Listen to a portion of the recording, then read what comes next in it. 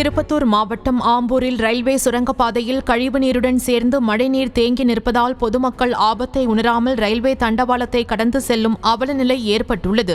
ஆம்பூர் மற்றும் அதன் சுற்றுவட்டார பகுதிகளில் பெய்த மழையால் பிலால் நகர், புதுமனை உள்ளிட்ட பகுதிகளுக்கு செல்லும் ரயில்வே சுரங்கப்பாதையில் பல நாட்களாக தண்ணீர் தேங்கி நிற்பதால் அவ்வழியே செல்லும் மாணவர்கள், வாகன ஓட்டிகள் சிரமம் அடைகின்றனர். மேலும் அதிகாரிகளிடம் புகார் அளித்தும் நடவடிக்கை எடுக்கவில்லை என குற்றம் சாட்டினர்.